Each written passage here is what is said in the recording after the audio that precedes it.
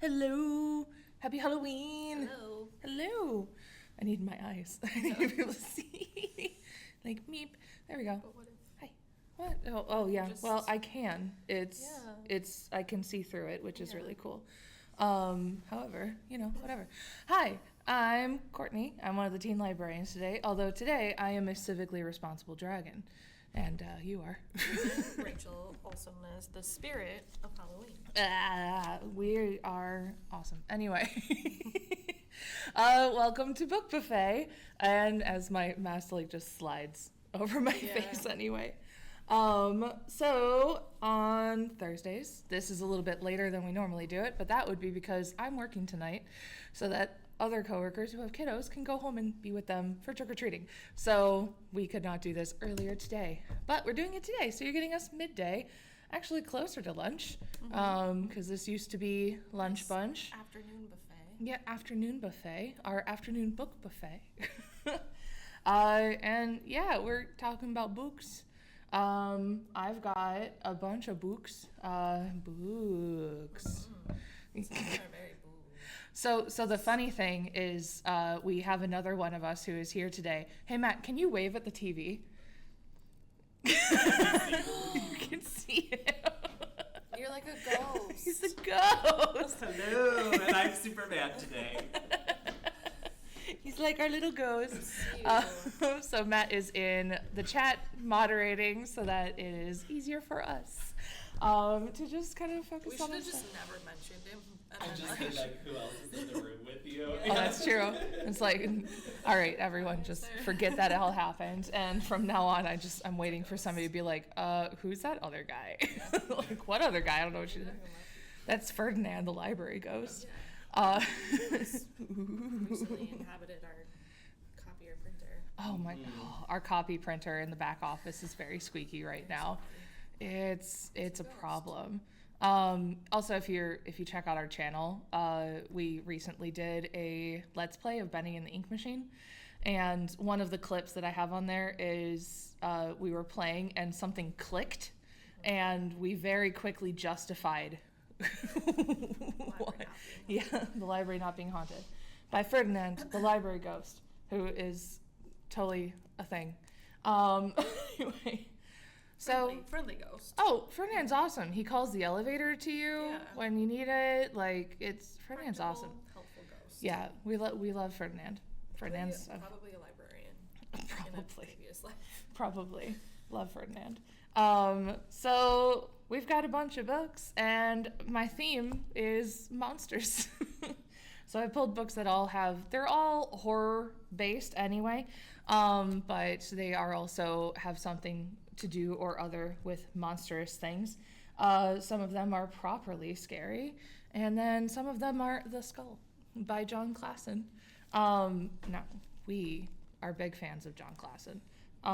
If you are familiar with picture books, there's like I Want My Hat Back or This Is Not My Hat, all absolutely hilarious books that we absolutely love, and he illustrates as well, so his illustrations are amazing. So this one is a little bit different because it's bigger than just a picture book, and it sort of reads like, I don't know, like a very beginning novel or like a long form picture book thing. So if you've got a reader who likes a little bit of spooky, a little bit of folklore-y, or if you yourself just kind of want a good time, this might be a nice little read for you. So this is an old story, and it's about a girl named Attila who runs away. And it's also about a house in the woods and a skull who lives there, and a secret that the skull has. And the night that Attila finds out what that secret is. So we've got a talking skull. Which, in my brain, that's a monster. Skulls aren't supposed to talk. But it's a fun little moment and a little bit of a spookiness, like a good beginner spooky. Yeah. Like I feel like even with his other picture books, they don't talk down to kids at all. No. It definitely treats kids like they are the experts of their own reading life. Yeah. And I feel like this is probably the same. Yeah, I would say so. But without, of course, being too scary. Yeah, it's if you kind of have a kiddo who wants like a little bit of spookening, but you're just like, but I don't want them to have nightmares. Yeah. Like, I know. I'm this thinking is. of reading it to my kids, maybe. Oh yeah, Might that'd take be a fun. couple nights. I'm thinking we can do it all in one night. Yeah, I One think this would be a bedtime. good like cozy together, Yeah. read together thing. Yeah. Yeah, and the illustrations are always so very pretty, and they also tell such a really strong story too. I think that's kind of what I love about like his other works is just with, you know, the words say one thing and then the image is like literally side-eyeing. It's so funny. So yeah, there's The Skull by John Klassen. You can find this downstairs in our children's department, all within our picture book section. I have it checked out. And you're gonna have to probably wait a little bit to find it because Rachel will have it checked out. But you can put it on hold. It looks like spooky, but also like there's like snow, so it can go into winter. You That's can see, like, true. Yeah. trees. We do have what in December we talked about this in our programs thing. In December we've got snowed in escape room. Yeah. Maybe There we go. you know is good. And next one. This one has a lot of history here. Mm-hmm. So this is The Horrible Bag of Terrible Things, and this is by Ron Renzetti. So Ron Renzetti is an author who also got his writing and everything going on with writing like cartoons and shows and things. If you know the show My Life as a Teenage Robot, he was the showrunner for that.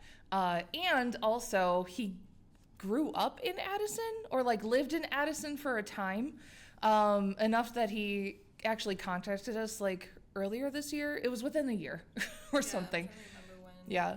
YouTube will tell us for sure. However, he did a Zoom interview and we did a program here, and that's also on our YouTube, and so you can actually watch that whole thing. And he was promoting his first book. And so this is pretty short as well. This is like perfect for 4th through 6th, 7th grade or something like that. I've read probably about this much of it, and it pops off immediately. So there is a bag that is like, it looks like it's just a bunch of different kinds of leathers and skins and furs and things that are just stitched all together. And this kid opens it up, and this like spider-like creature made of like fingernails just crawls out of this thing and skitters around his house, and it's like it's instantly creepy. And then he instantly is like, I can't tell my sister because she's gonna make a big deal of it, and I don't want to be in trouble. Like it's, which is also quite dumb. But there is, so as the blurb goes, there's a strange bag on Zenith Maelstrom's doorstep. Zenith finds the bag's battered exterior and jagged stitches repulsive and irresistible. Unable to keep his hands off it, he pricks his finger on the ornate clasp, unleashing a sinister spider-like creature that snatches Zenith's unsuspecting sister, Apogee, and drags her inside the horrifying and hideous world of the Grabag. So I think it's like grab bag. It's grabbing, and it's a bag. Zenith travels into the bag to bring her back, but terror lurks within the seams, from a trio of disembodied, blood-drinking mouths to the great worm, an eldritch horror who seems to have a dark, insidious purpose for Apogee. Zenith will have to dig deep to save himself and Apogee from this bizarre realm and escape the horrible bag before it's too late. I was reading this to like a class of like 6th graders or 7th. Was I doing 7th last year? It was 7th. And one of the kids was listening and goes, does anything else come from the bag? And I'm like, oh, you're scared. Awesome. You know, like it creeps. Make a good read aloud. Yeah, it's a fun one. Moves quick. Yeah, it's really short, and I think it's the first in a series too. Oh. So, like many props. And if you want to like learn more about the book and like the author and everything, again, we've got the interview with the author on our YouTube, which is pretty cool. So, woohoo! There's that one. And keeping on the younger skew of things, have you heard of Dread Detention? No, I have not. So this is one of our newer books. Creatures It's and Teachers. also very small. And yeah, Creatures and Teachers is the series line. And school has never been this scary. I don't know. Well, I don't know. I mean, also, like, if you look at that, we've got some subtle foreshadowing there going for you. So this is by Jennifer Killick. And just when classmates Haley, Angelo, Gustav, and Naraya are forced to come to school on a Saturday, they think that things can't get much worse, but they're wrong. Things are about to get seriously scary. What has dragged their teacher underground? Why do the creepy groundskeepers keep singing the tune to Itsy Bitsy Spider? And what horrors lurk in the shadows, getting stronger and meaner every minute? Their only hope is to work together, but it's no coincidence that they have all been there on detention. Someone has been watching and plotting and is out for revenge. Cool. Spookany. Also really good for like a middle school read. It's pretty short. The chapters are super short, fast paced, and just a good spookening. Do we have it shelved in YA or? This is in YA. Okay. So the other two were done in children's, so the rest of these are in YA, with the exception of one that we'll cover. And I feel like you should talk about this one. I can talk about Coraline. I think you can talk about Coraline. Yeah, specifically, this is a graphic novel adaptation. Mm-hmm. So, let's see, art style. A lot of people have seen the movie Coraline, I feel, but don't know that it started as a book. So we do have the novel as well. It's the graphic novel. But yeah, Coraline is a curious child. She's exploring in a new house that her and her parents have moved to. She's an only child. So she's kind of looking for some friends, looking for some fun things to do. And her parents are both very busy and don't have a lot of time to like hang out with her. But then she finds a door, a mysterious door in her house, and of course she's like, I'm gonna follow it. And she finds another house that looks much like hers. She finds her other mother. She finds pretty much her entire world, but like Bizarro World version. And she's having fun there, so she goes and she visits this world quite often. But anyone who has read horror or watched horror movies knows that maybe like another world is not always what it seems. Mm-hmm. This one gets real creepy. I would say like the movie obviously has like good spooky vibes, the music, everything. I think the novel is scarier than the movie. Oof. A little bit more intense. I've not read this graphic novel, so I don't know like a lot of the art style. Although I mean, it's just yeah. there's her other mother. Yep. So yeah, it is a little scary. Yeah, But it's a fun. good one. Yeah. Ooh. Another mother, another father, and they want her to stay and be their little girl. That's Pretty much. that's the creepy part. It is. And I mean, as you'll notice, as somebody mentioned yesterday, why doesn't she have blue hair? Yes. Well, Blue hair is movie Coraline only. yeah, that was a decision made for that. Yeah. Have you ever read, like, you have read Coraline? I've read the book, yes. So yeah, the book I feel is scarier than the movie. Yeah.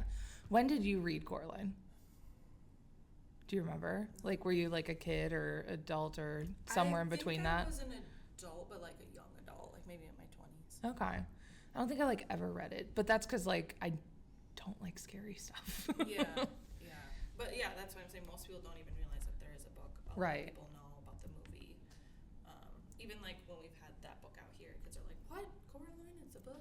Yeah, we actually had somebody check out the novel yesterday, Mm-hmm. so that's always a fun thing Yeah. when we get to expose people to really good books. Yeah, are you a horror fan, or, because I'm absolutely not. I don't like scary stuff. I am a horror fan. I'm a little bit of a scaredy cat, but I do still enjoy it. Yeah. I'm not ashamed to like in a movie specifically to like spend it like in my jacket. See, I don't like that feel. Like, I don't like being scared. I guess I can't really explain it. It does not make sense. Horror novels, I feel like I haven't quite. I don't know a lot about horror novels. I feel like I've definitely watched more movies than reading horror. It's not my typical read. Mm-hmm. Although I will say, if I'm gonna do a horror novel, I'm gonna try to do an audio because I feel like that, having it read to you, adds to the creepy factor. And like, if that's what you're going for, if that's the reason I'm reading it. Yeah. Because you can't like stop it. Yeah. And they're gonna keep on talking. Where, if I'm reading the book, if I get too scary, I can. Yeah, you can just kind of like put it down, and then you're out of the environment of it. But no, I don't like it. Yeah. I remember I was like very much anti-reading anything spooky, specifically ghosty, and then it was like a school assignment. We had to read this story or book or something, and it involved, there was a ghost in there, and I was petrified reading this thing. I genuinely have no idea what the book was in any way. It was actually really good, and I was surprised I liked it. But I still don't really read spooky stuff. I feel like I tend to go more towards like witchy things, monsters, some ghost haunted house. Stuff that like for the most part is like clearly fantasy fictional. Like not like a real, like there are enough horrors in real life. I would agree. So when I'm wanting to escape into something that is like safely scary, like it's about a monster, but like I don't believe in this monster, so I'm not actually scared of it. Although now that I think about it, I will happily read like horror graphic novels. Like for some reason, like that's completely a safe space for me. I think because I can see it coming. Literally, I can just go like, all right, I'm over here in the story, but I can see here on the rest of the page it goes bad. All right, I'm fine. Like, because part of the thing with the horror movie is it like will stretch out the suspense and the music, and you're like, just do the reveal. There's so much going on with it. There's a lot of nodding over there by our TV ghost. I'm reading a graphic novel right now. It's not monsters or horror specifically, but it is Halloween-ish. Yeah? It's called Brooms. Ooh. And I'm reading it, so I haven't checked out, so I can't like show it right now, but it's a graphic novel, and what sold me on it is the blurb said it's queer, witchy, Fast and Furious. Oh. So, okay. Yeah. It's about broom racing. And like this underground broom racing, but it's set it's like historical. That's awesome. And like is it about the family? So far it is. I like just started it, so I'm not too far into it, but I'm really enjoying it, and I'm down. I'm trying. I want to finish it tonight, like for Halloween, so then it will be back on the shelves, hopefully. Bring it to me first. I need to look. I need to flip through this thing. Yes, it is very fun. So that's actually a really good transition to this book. Yeah, so this is Bad Dreams in the Night. Wait, is this the guy who had the thing? You're gonna have to be a lot more specific. This is by Adam Ellis. Yeah. The guy. He has a thing, I guess. I follow him on Instagram. Okay, I might have seen. That's maybe what I'm thinking of. Possibly. He does. Well, I mean, he's obviously an illustrator and a cartoonist and whatnot. And he's got a whole slew of a whole bunch of stuff. But lately he's been doing this, and now it's here. So it is a compendium, not a compendium. When it's a bunch of anthology. Thank you. But all by him. All by him. However, there are also like retellings. Okay. So it's, first of all, graphic novel. Yeah. And there's, I mean, that's a drawer full of teeth. It's just, they're eerie. Like they're eerie and they're creepy. And so there's, as you see, so if you are familiar with the story of the green ribbon, that is in here. That's a really good one. It's not nice. What's nice though is that his style is kind of cartoonish. Yeah. So that even if it's like a really disturbing kind of concept, it's still cartoony-y. So like, It's not super photorealistic. It's not photorealistic. It's not, even if it's like body horror, like that one was. It's not super graphic or incredibly like strong. And it's just good. And then he kind of like talks about like where those stories kind of came from, either like how it inspired him or if it was like based on something, and all of that. And there's like a lot of different stories there, and his art styles kind of shift, and like it's just so good. And he's really good at sort of like just the eerie suspense, the unsettling nature of things, and I love it. I've been following him for a really long time, and I'm really proud of him for getting this book out. Wasn't he haunted? I don't Like know. in real life, was that, or am I thinking of someone else? I don't know. Oh, also, the green ribbon. Yeah. Is like actually the bookmark, and they have it on the green ribbon pages is what it naturally is. I was like flipping through the thing and I was reading that story and I'm like, oh, there's the green ribbon. So props for them for proper placement of those things. What are you finding? I just wanted to see if it was like, I was haunted. Maybe he was. It does say his love of horror started at age 8 when his grandmother made him watch the Texas Chainsaw Massacre. Okay, Grandma. Okay. Grandma. I watched that as a teenager, and like that's one of the scariest movies I've seen. I think we can be very clear, and not surprising at all. I have never watched it, and I will never watch it. Yeah, that's fine. Like, this one was just fun. no. This reminds me of Emily Carroll, maybe. Is I'm the not name? sure. It's another like anthology of horror short stories. Nice. Hers are a little bit more like the color scheme. It's mostly black, white, and red.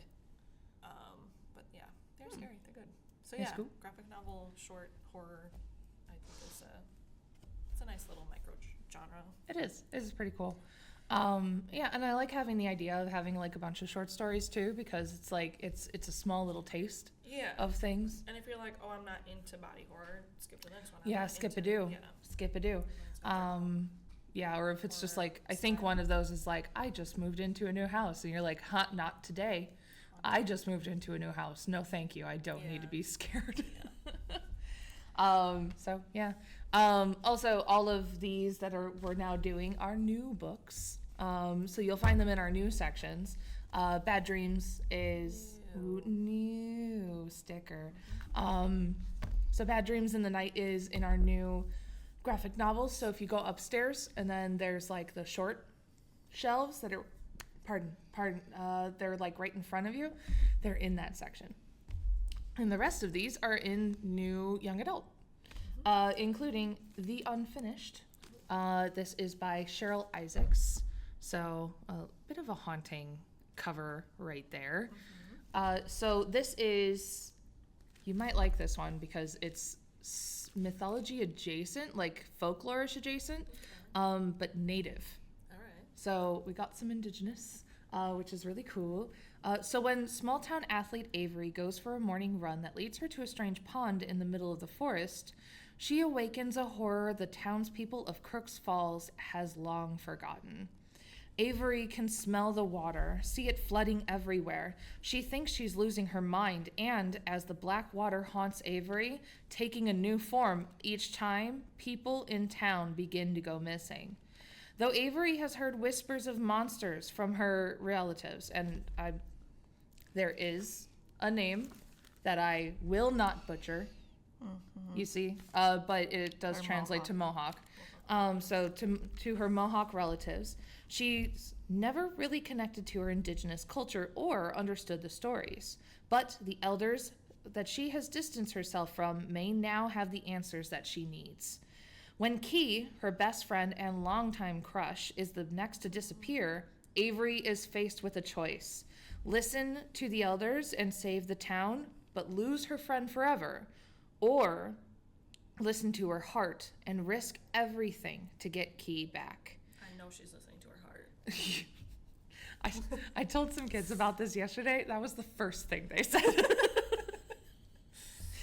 So this is this author's debut novel. So it's their first Cool. novel. It is a mystery. It is spooky. It is eerie. Is it a romance? There's definitely some romantic features It's in a it. horror romance. Horror romance.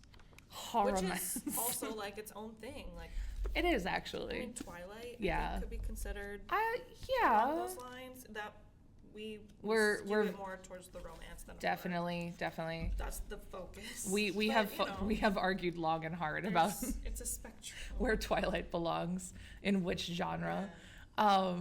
Yeah, and it's sort of like akin to, it's similar to like dark fantasy, Yeah. where it's like you've got different kinds of fantasy. You have the fantasy where it's like dragons and magic and like elves and sparkles. And then you have like dark fantasy of I think I would call sort of like the beginning of Beauty and the Beast dark fantasy. Like somebody got cursed and it's not great. You know, like, and eventually it opens and, you know, becomes nicer, but like the theming is darker and looming and dreading, and you know, the characters are not in great situations. So I guess that's kind of a similar thing, like a horror romance type of a skew, and that does show up. I mean, can have romance, will have romance, I suppose. There's a glossary in the back. Oh, that's nice. Does it have a pronunciation guide? Oh, it does.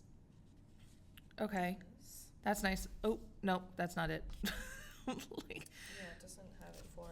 yeah, I need it for the name of their culture, I think is the Yeah. best way to call it. This is just for like That's really cool. granny, auntie, thank you, goodbye. Yeah, that's nice. Yeah. Love that. Yeah, and then a note talking about the power of eerie novels.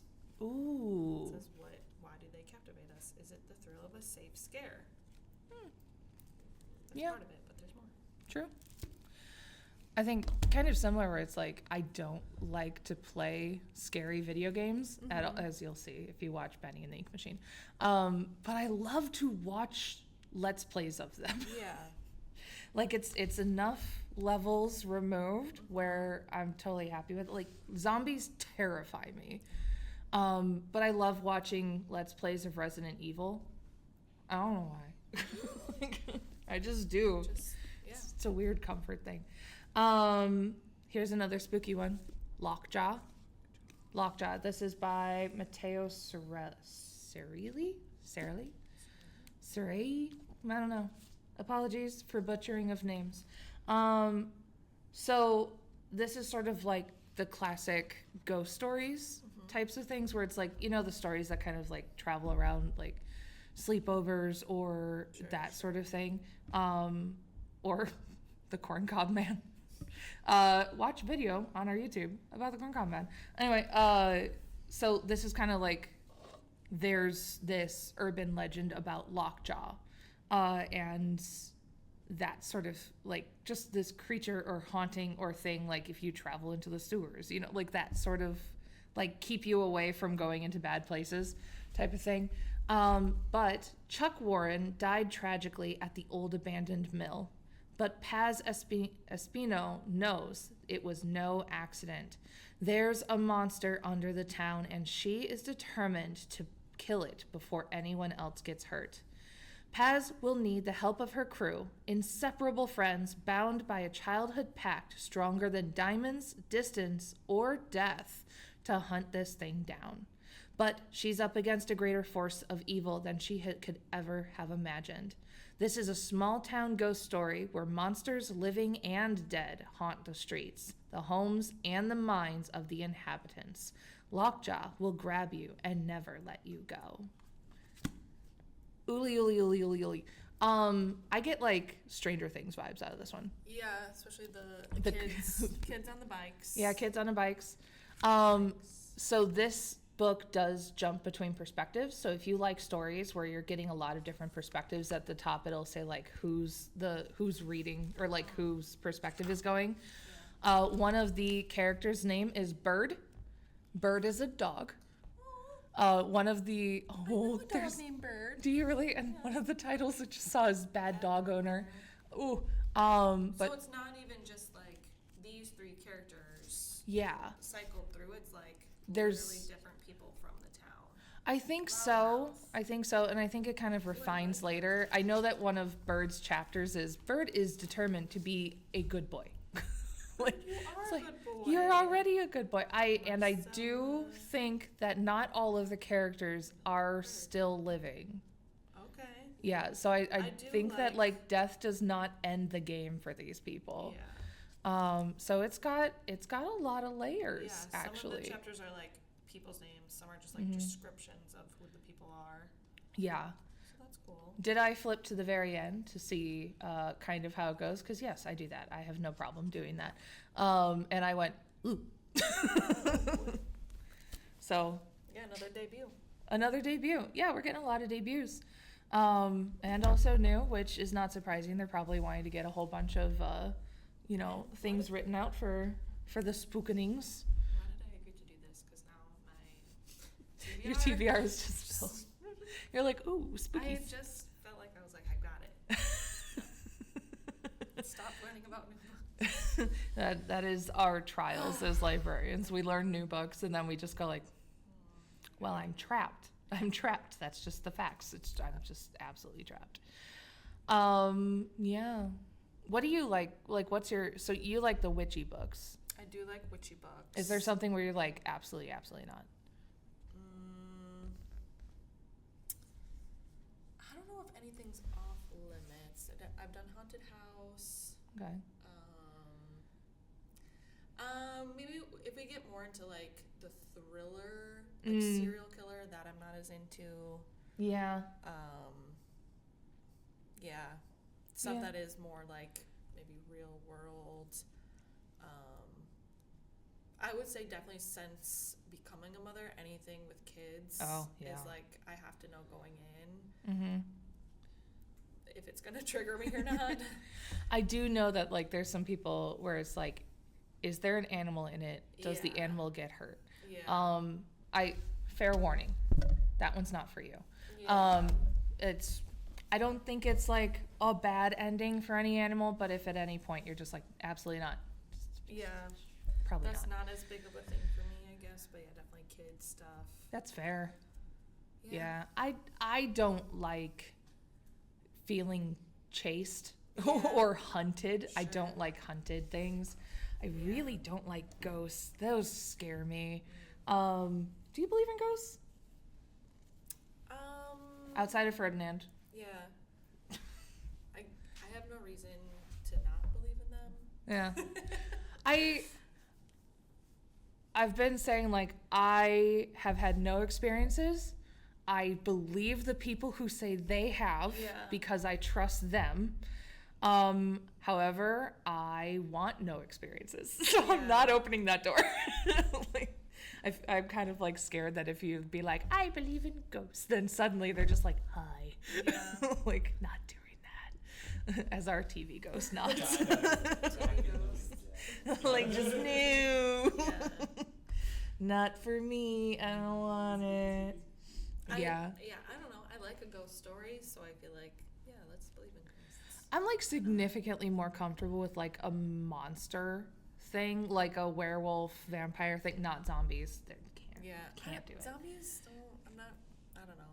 It's they lack humanity and Not any the ones control. From I Am Legend. The book. The book. I'm still not reading it. Just saying. I don't like the zombies. There's empathy there. And it's heartbreaking. Well, Shaun of the Dead literally gave me a panic attack. Oh, I've never seen it. It's actually really great, and I think a lot of people will be really disappointed in me for saying that, but it's true. It gave me a panic attack. However, Warm Bodies is like one of the best movies. I haven't seen that one either. That one's really fun. I mean, it's zombies, remember- but I they have a remember. consciousness. Yeah. You know, like he has internal monologues, and he makes yeah. decisions. I Am Legend. Yeah. It's like it's a novella. It's a short story. Almost. Is it really? Yeah. Okay. It's like a novella side, like length, and then short stories all in one. But it's like I Am Legend and other stories are. Okay. I feel like there's several editions at this point. Maybe. Maybe then.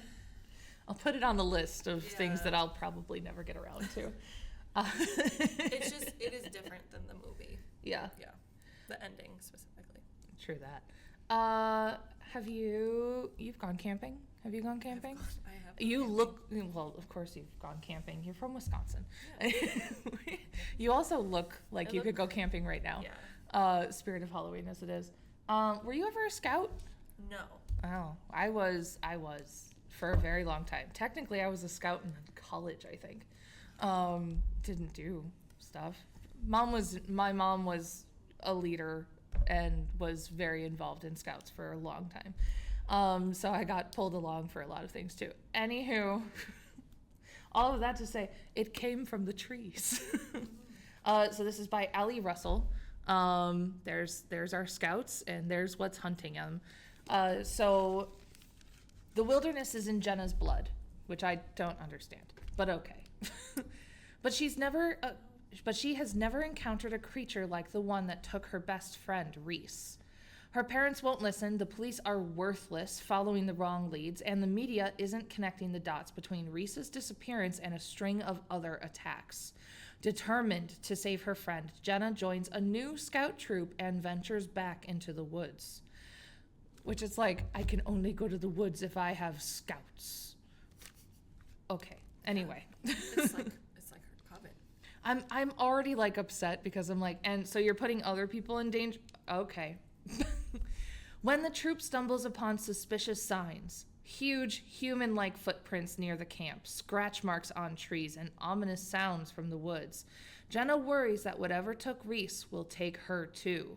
Can she trust her scout leader, and will her new friends believe her? After the unthinkable happens, the scouts, armed with only their wits and their toiletries, band together to fight the creature and survive the night. Is this like a little bit silly? It does feel like it's a little bit of like Campy? a little campy. Campy. It's got to be campy, doesn't it? Yeah. Scout horror. Yeah, I think. Yeah. Hoping to pee quickly as possible. I think so. Yeah. I think so. Jenna dropped dropped trow and squatted near the closest tree trunk. Mm-hmm. Normally, she preferred backcountry camping because the family campground areas could be gross. That's like camping. That is that. I've camped at like That is campgrounds with like, bathrooms. Yeah. We would do like pop-up camping and I'm such. probably more indoorsy than out. Yeah, I'm an indoorsy one. There was one time where I went camping with my brothers and cousins, and they were like, here's the shovel, here's the bucket. And I'm like, I will wait until we are at our aunt's house tomorrow morning. And I did. Like, absolutely not. So, ooh, what'd you find? Just snooping the ending there.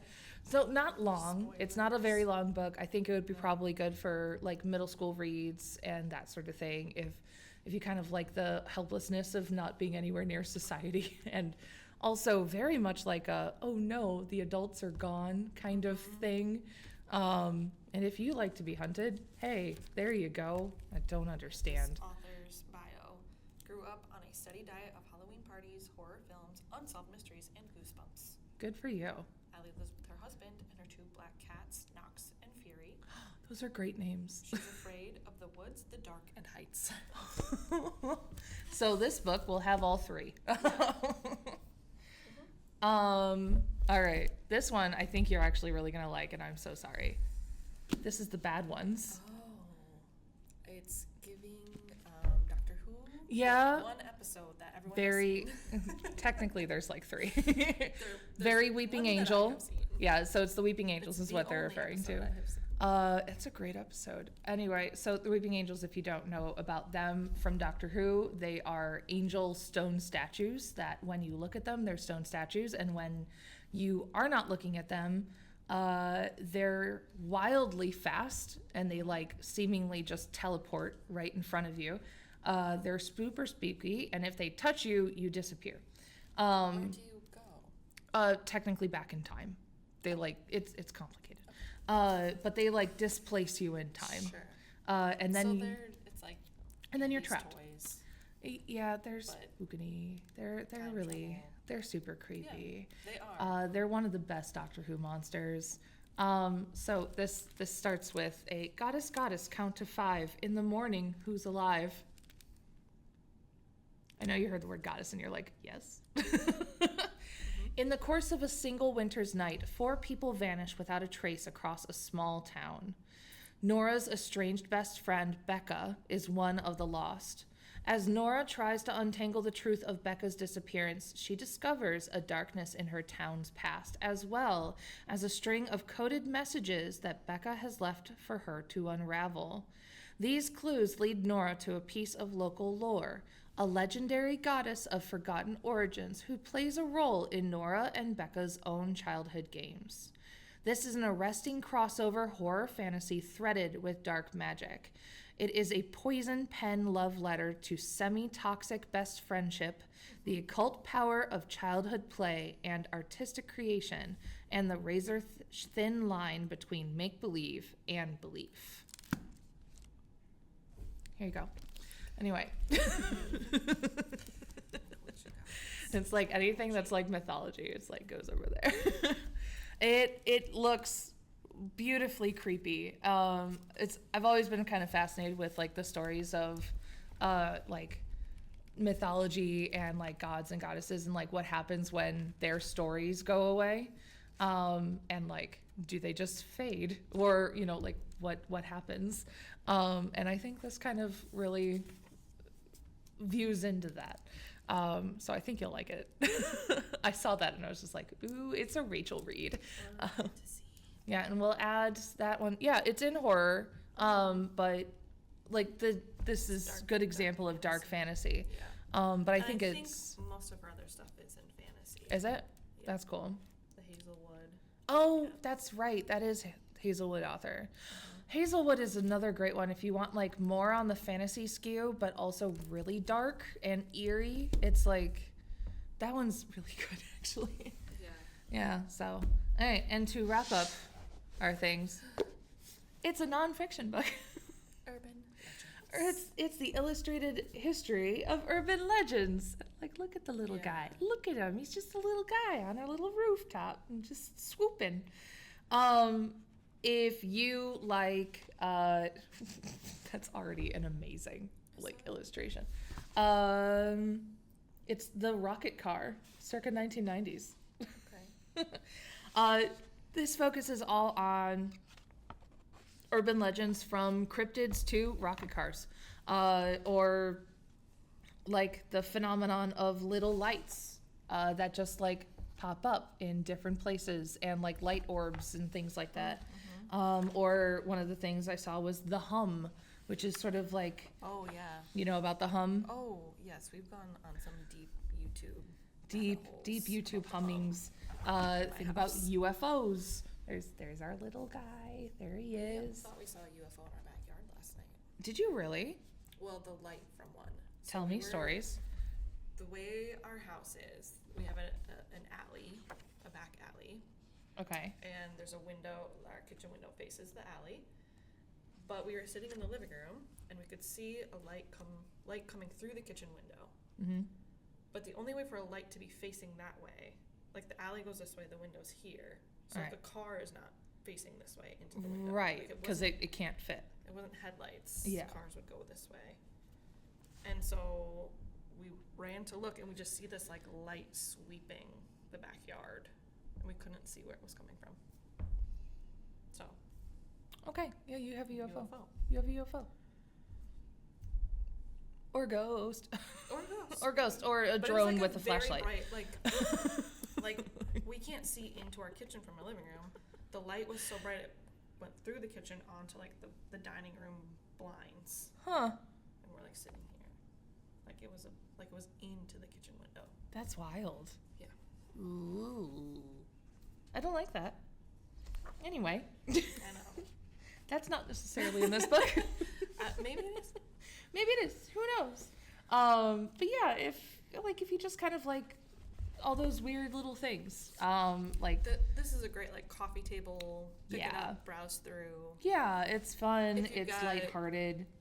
A kid who's really into it, just like Let me just learn about these little tidbits. Yeah, like, and it goes across a lot of different things, like Herobrine from Minecraft. Oh. So there's a whole page on video games. Grand Theft Auto. Okay. Oh, and like blowing into a Nintendo cartridge. So like not all of the things are like spooky, but just sort of like urban legends that kind of When share. game console cartridges fail to work, many players have tried blowing into them. There's a little evidence that this works. It doesn't stop me from doing it. Yeah. Yeah. Also, I all would agree. players have Our tried. ghost says it works. I agree. Yeah. It definitely works. Yeah, it's just I'm gonna read this whole entire page. Yeah. Honestly, it's like Video games. you found So my it's special not interest. just like Mothman and Right. Bigfoot. It's Yeah. I mean, they're in here. So Yeah. Oh, here's Oh, look at cryptids. that! It's a whole page of cryptids. Aw, where's But it's my just- guy? Fun little tidbits of. Yeah, it's just fun. Like little bits, little things to go with. The Mothman. Look at him. Oh, is that a squonk? They have a squonk. Oh, that's the best. Like, do you know what a squonk is? Have you heard of that? I don't know. I mean, So- I know I haven't. Yeah, a squonk is like from like lumberjack lore. Okay. So you know, you have like lumberjacks. They're out in the woods and they live out there, and you would hear just noises. So you come up with reasons why. You come up with stories. So the squonk is like a weird, like bald, naked, like guinea pig-esque creature that walks around a pond in the moonlight crying. And if you look at it, it will dissolve into tears, literal tears, and just dissolve into a puddle of tears. He's just a sad little guy. I guess so. I love that they have human. Human for For scale. scale. And he looks like Colonel Sanders A little bit, yeah. from like KFC's Colonel Sanders. All of these look like they were drawn as like, are we good? Can I go now? What is number 11? Monkey Man Monkey from Man. India, to show you. There he is. He looks like a little astronaut. Anywho, that's that book. It is fun. I think we'll keep this one out at the desk and just kind of flip Yeah. through it today. But all of these books you can check out at our local library, or maybe not your local library, but our local library, because we're in it, and that's where these are from. You're a But Swan member. yeah, if you're a Swan member, These then aren't new anymore. that's right. Once they're denewed, you can put them on hold and they'll swoop over to you, or you might have them too. And yeah, check your local library, see what's popping. I think that's the jam. Good jam. Really good jam. Yeah. So go trick or treating if you want to. If you don't. Go vote. I am a civically responsible dragon. My book hoard is my hoard. I hoard books and votes. So yeah, be safe tonight. Have a great time. It looks like it's going to be a pretty rainy one here, It's been raining off and on. but I knew that never stopped me when I was a kid. No. So it'll be good times. Free Yeah. Candy, running around, seeing all the costumes. If you're in Addison, pop over to the library tonight. We'll have candy at all of the desks. You can do some trick or treating, and then I get to see costumes, so that's nice too. I'll be here. Yeah, I think that's it. Cool. Groovy. All right.